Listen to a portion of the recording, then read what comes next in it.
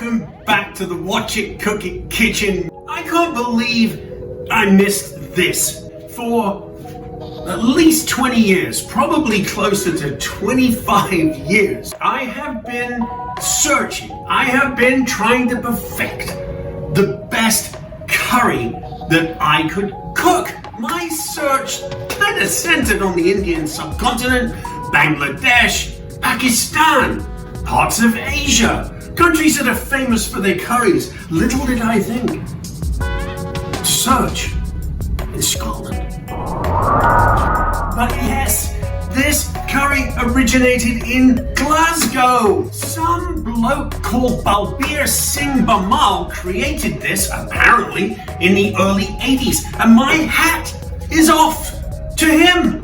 We're going to take all of this and turn it into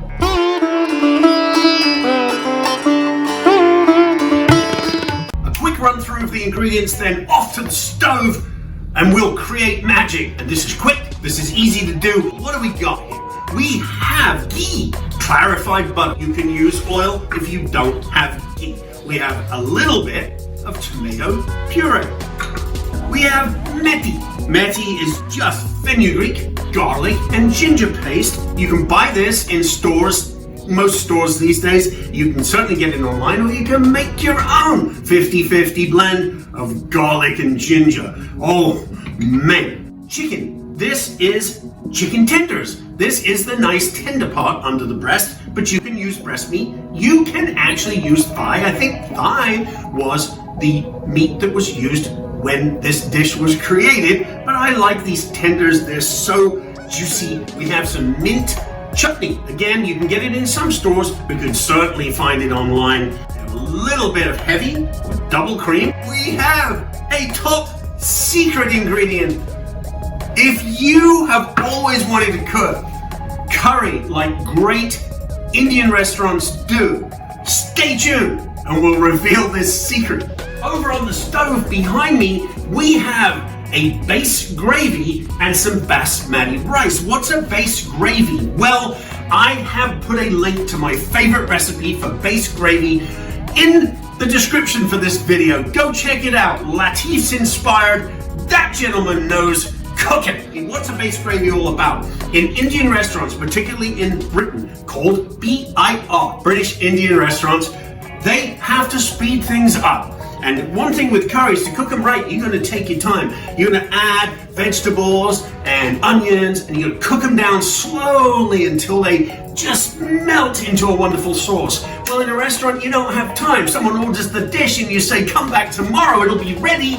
You go out of business. So what they do in Indian restaurants is they make a base gravy. That is an oniony, vegetable-y, fantastically flavored base gravy to add to each dish to bulk it out and lift the flavors so that you can cook quicker. So I did that earlier, and then basmati rice, just traditional. The spice we're going to use in this dish primarily is called a mixed powder. The recipe for the mixed powder I'm using is also in the description. Before we go, now we're ready. We're going to put this on a medium-low heat and throw in a sizable knob of ghee. Once the ghee is up to temperature, we're going to put a good spoon, a good heaping spoon of garlic and ginger right in the middle. Once the rawness has cooked off the garlic and ginger, we're going to take a really good pinch of methi and throw that in. That really doesn't need too long. We don't want any of these ingredients to burn. That's the point here. Lower heat, keep it going. We're going to take our time, about 30 minutes or so, cooking this until the flavors are just right. We're going to take that mixed powder and sprinkle that on. And after this has been cooking for a few minutes, we're going to add our first ladle of base gravy.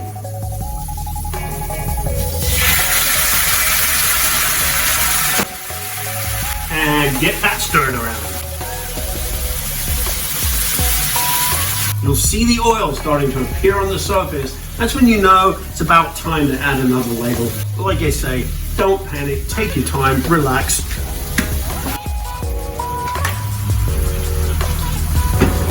If you like chicken tikka masala, you gotta try this. Now we're gonna add our tomato puree. I can check the seasoning at the end, so I don't want to go too crazy with salt at this point. Man, I can hardly wait. I've tried this a few times and every time it's been absolutely amazing. The oil's risen to the top again after all of our stirring and cooking down. It's time for the chicken. I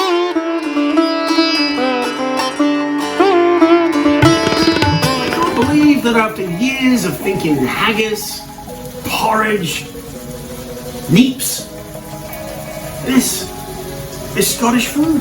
Now I'm going to cover this with my universal lid so that that chicken can really get cooked through nicely and maintain its moisture. The fascinating thing with this dish is that it's almost sweet and sour. You've got all of those traditional curry flavors, but then when we throw in that secret ingredient, it lifts this thing to a whole other level and blows your mind. By the way, this really is served in Indian restaurants all over Scotland. I'm not sure about the rest of the UK. Here it is, the top secret ingredient. As with all, I think, effective secrets, it's actually really simple.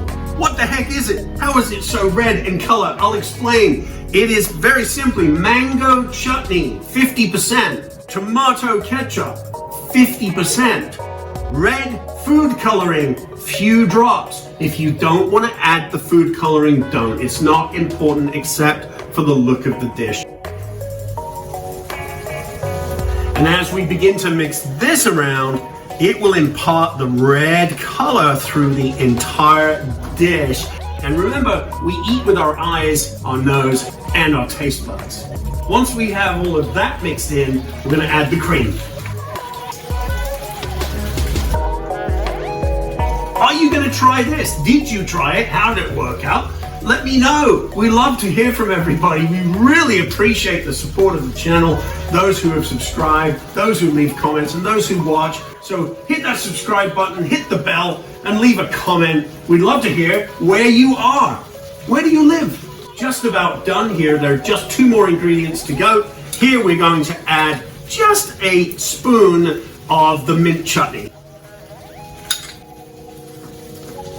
And when we are ready to dish this up, we're going to brighten it right at the end with a little squeeze of fresh lemon.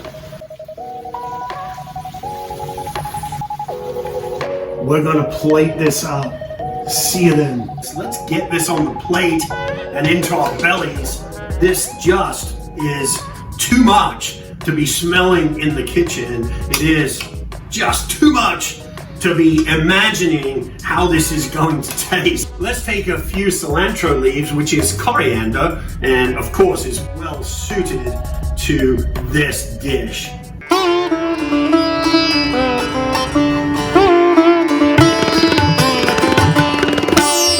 And here we go.